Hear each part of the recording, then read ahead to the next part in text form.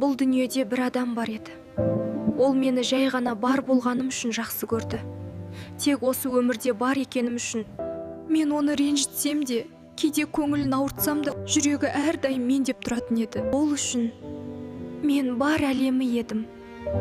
Ол мені дүниеге келмей тұрып ақ жақсы көрді. Ал басқалар үшін мен біреуге дос, біреуге әріптес, біреуге келіні, ал біреулерге жай ғана көмектесетін адаммын.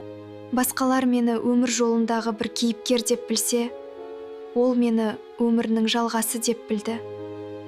Балалары үшін бар жақсыны берді. Күн түн демей біз үшін дұғада болды. Біздің тілекшіміз еді. Ал енді ол арамыздан алыстады. Басылмайтын сағынышымыз болып қалды. Мәңгілік өмірге жаратушы Раббымызға қайтты.